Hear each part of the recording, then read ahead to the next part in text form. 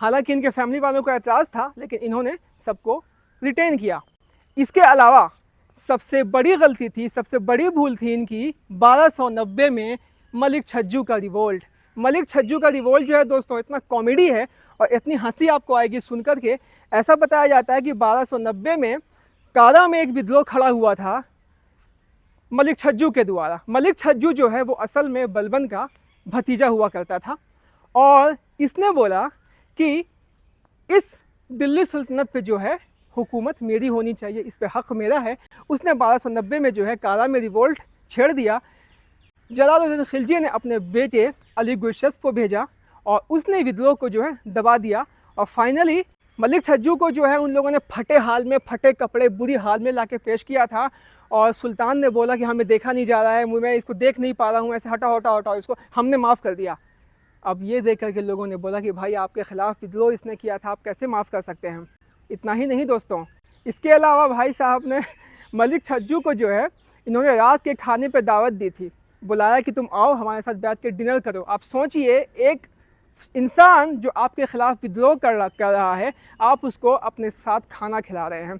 इतना ही नहीं, और ये भी बोल रहे हैं कि देखो मलिक छज्जू तुम बड़े ही नेक इंसान हो, ग़ुलाम वंश में जितने भी तुम्हारे बड़े बड़े लोग थे तुमने उनकी खिदमत की है, इसलिए मैं भी तुम्हारा एहतराम करता हूँ, तुम्हारी मैं इज़्ज़त करता हूँ। अब आप सोच सकते हैं कि किस किस्म के जो हैं मलिक फ़िरोज़ यानी जलालुद्दीन खिलजी सुल्तान रहे होंगे। ये उनका आखिरी वक्त था, यानी ख़त्म होने वाला था उनका दौर।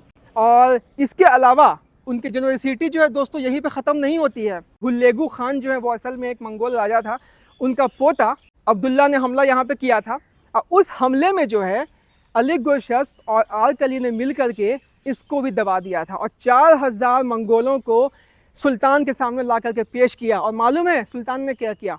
माफ़ कर दिया। उन्होंने बोला कि भाई भाई ये हमारे अपने लोग हैं और उनको अपने साथ रख लिया और फाइनली जो है बोला कि आज से आप नए मुसलमान हैं, हमारे ही यहाँ रहिएगा। मतलब एक ऐसी कौम जो पूरी नस्ल उजाड़ देती है, कुत्ते बिल्लियों तक को नहीं छोड़ते हैं, बिल्कुल आंधी तूफ़ान जैसी कौम, उसको आपने बख्श दिया, अपने यहाँ पनाह दे दी। अलाउद्दीन खिलजी ने बोला कि भाई तुम्हारा बैंड हम ही बजाएंगे, तुम रहने दो इन लोगों को। इसके अलावा मलिक छज्जू के जो भी चीफ थे वो भी अली गुरशस्प के साथ आ गए थे। उन्होंने बोला कि ठीक है मलिक छज्जू नहीं तो अलाउद्दीन खिलजी ही सही। उन्होंने बहका दिया कि देखो यार ये जो जलालुद्दीन है ना, ये बेड़ा गर्क कर रहा है, तुम्हें सुल्तान बनना चाहिए। बस इसके बाद से जो है उसने सोचा कि आज से जो है अपने चचा जान का बैंड हम ही बजाएंगे। फ़िलहाल बैंड तो हम बजाएंगे, आगे चलते हैं थोड़ा सा हम इसका नज़ारा देख लेते हैं। अब आप यहाँ से देख सकते हैं पूरा हौस ख़ास, ये देखिए कितना बेहतरीन लग रहा है। और यहाँ से अब आप सोच सकते हैं कि ये जो है एक ज़माने में कितना बड़ा होता होगा। ये देख सकते हैं आप अंदर में जो आपको डक्स, बत्तख और बहुत सारे परिंदे भी दिख रहे हैं। तो यहाँ से आप देख सकते हैं कंप्लीट ये जो है पूरा का पूरा हौस खास लेक है। तो फिलहाल पानी जो है दोस्तों उसमें काफ़ी ज़्यादा गंदा हो चुका है। आज के टाइम में तो नहाने लायक भी पानी नहीं है और ये पानी जो है असल में यहाँ पे आता है सीवेज ट्रीटमेंट प्लांट से। और अब आप यहाँ से देख सकते हैं दोस्तों, यहाँ से भी जो है आपको पूरा लेक का नज़ारा दिख सकता है कंप्लीट। और ऐसा बताया जाता है कि एक ज़माने में जो ये करीब 123 एकड़ में फैला हुआ था और इसकी जो लंबाई थी वो करीब 700 मीटर थी और इसकी जो चौड़ाई है वो 600 मीटर थी और जो डेप्थ है इसका वो 4 मीटर था। लेकिन फ़िलहाल आज आप देखिए, आज जो है कितने छोटे में ये सिमट के रह गया है और इसके पूरे चारों तरफ जो है पूरी की पूरी यहाँ पर झील ही झील थी। और अब आप यहाँ पे मेरे पीछे देख सकते हैं दोस्तों, ये जो है पूरा का पूरा हौस खास किला है जो हमने आपको इसकी पिछली 3 वीडियो में दिखाया है और यहीं से जो है इस पूरे झील का जो है व्यू यहाँ से दिखता है। तो दोस्तों जहाँ तक हम जलालुद्दीन खिलजी के एक्सपेडिशंस की बात करें तो ऐसा बताया जाता है कि जलालुद्दीन खिलजी ने भी काफ़ी एक्सपेडिशंस किए थे। मंडावर को फ़तह किया था, झैन को फ़तह किया था, रणथंबोर को जो है वो फ़तह नहीं कर पाए थे। फ़िलहाल उनके दयालुपना से लोग इतने परेशान थे कि अलाउद्दीन खिलजी ने यानी अली गुरशस्प ने ये सोचा कि हम अब इनको मारेंगे लेकिन और अपनी सत्ता कायम करेंगे। लेकिन अपनी सत्ता कायम करने के लिए दोस्तों पैसा चाहिए। पैसा कहाँ से आएगा? इसलिए उसने कई जगह पे हमला करना चालू किया और फाइनली 1296 में उसने हमला किया देवगिरी पे। ऐसा बताया जाता है दोस्तों कि देवगिरी पे आज तक किसी ने हमला नहीं किया था, वो बिल्कुल पहाड़ों पे था और वहाँ तक पहुँचना ही बहुत ही मुश्किल था।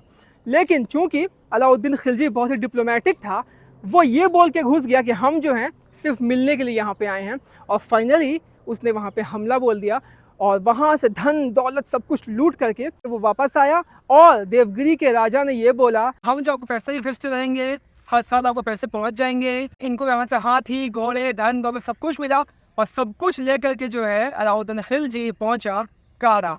अब इसको मालूम था अली गुरशस्प को कि सुल्तान जो है उसे नाराज़ होगा, उसका सर कलम कर देगा, क्योंकि इसने देवगिरी पे सुल्तान को बिना बताए हमला किया था। इसने कहा था कि वो कहीं और जा रहा है, लेकिन वो आ गया था देवगिरी। अब इसे डर लग रहा था कि अब क्या होगा। इसने खत लिखा अपने भाई को कि देखो तुम सुल्तान से बात करो और हमें माफ़ कर दे, हम जो कुछ धन दौलत है हम सब ला करके उन्हीं को सौंप देंगे, आप प्लीज़ उनको जो है हमसे मिलने के लिए बोलिए। और ऐसा ही हुआ, उनको मिलने के लिए बोला गया। लेकिन वहाँ पे कई लोग थे जिन्होंने उनको सलाह दी थी कि भाई देखिए आप अपने भतीजे से अकेले में मत मिलिएगा, किसी को साथ में ले करके जाइएगा। लेकिन वो माने नहीं, अकेले गए, कारा मणिपुर गए और वहाँ पर बोले कि चचा जान देखिए हम धन दौलत सब आपके लिए लेकर के आए हैं। और गले मिला और वहीं पर एक चाकू उसको भोंक दिया। पहला चाकू से वो बच गया था, लेकिन दूसरी बार जो है उसे वो मर गया। ऐसा भी कहा जाता है कि उसे जो है जहर देके मारा गया था। फिलहाल इतिहास में अलग अलग मतभेद हो सकते हैं, लेकिन दोस्तों अभी भी कहानी ख़त्म यहाँ पे नहीं हुई थी, क्योंकि अभी वो कारा में था, अभी उसे दिल्ली पे फतह करना था। और जब ये खबर दिल्ली पहुँची थी तो जलालुद्दीन फिरोज़ की बीवी ने अपने छोटे बेटे यानी कि कादर खान को बैठा दिया था गद्दी पे। और सबसे ख़ास बात यहाँ पर यह थी कि अली गुरशस्प जो है वो अपनी फ़ौज लेकर के आ रहा था कारा से दिल्ली, और रास्ते में जितने भी लोग आते जा रहे थे सबको अपने साथ करते जा रहा था। जो साथ नहीं आ रहा था उसे मारते जा रहा था और लोगों को धन दौलत सोना दे करके अपने साथ करते जा रहा था। बदायूं तक सबको उसने अपने साथ कर लिया था। दिल्ली जब वो पहुंचा तो वहाँ का जो नया सुल्तान था यानी कि कादर खान, उसने मन बनाया कि अब जो है हम लड़ाई करेंगे। लेकिन दिल्ली में भी यही हुआ। दिल्ली में भी जो है जितने भी चीफ थे, जितने भी फौज के सैनिक थे सुल्तान के यानी जलालुद्दीन खिलजी के, वो सारे के सारे हो गए अली गुरशस्प के साथ। और ये देख करके डर के मारे कादर खान यानी जलालुद्दीन खिलजी का छोटा बेटा सब कुछ छोड़ छाड़ के वो चला गया मुल्तान। और यहाँ पे गलती थी इनकी माँ की, क्योंकि इन्होंने अपने बड़े बेटे आरकली को गद्दी ना दे करके अपने छोटे बेटे फादर खान को दे दिया था। आरकली जो था वो असल में मुल्तान का गवर्नर था। तो ये दोनों जो है भाग के चले गए मुल्तान अपने बड़े बेटे के पास, आरकली के पास। और फाइनली 1296 में कायम हो गया अली गुरशस्प की सल्तनत, जिसने नाम लिया अलाउद्दीन खिलजी का। और 1296 से लेकर के 1316 तक अलाउद्दीन खिलजी ने शानदार शासन किया। और अब अगला इतिहास जो आपको हम बताने वाले हैं अलाउद्दीन खिलजी के बारे में। वैसे हमने अलाउद्दीन खिलजी के बारे में काफ़ी जानकारी जो है आपको इस किले में जो है सब कुछ बता रखी है, लेकिन अगली वीडियो हम आपको स्पेशली दिखाने वाले हैं सीरी फोर्ट की, जिसे बनाया गया था मंगोलों से हिंदुस्तान को बचाने के लिए। तो काफ़ी मज़ा आने वाला है। तो अब हम मिलते हैं आपके साथ एक और नई वीडियो में किसी नए जज्बे, नए इतिहास, नए जानकारी के साथ। तब तक के लिए जय हिंद।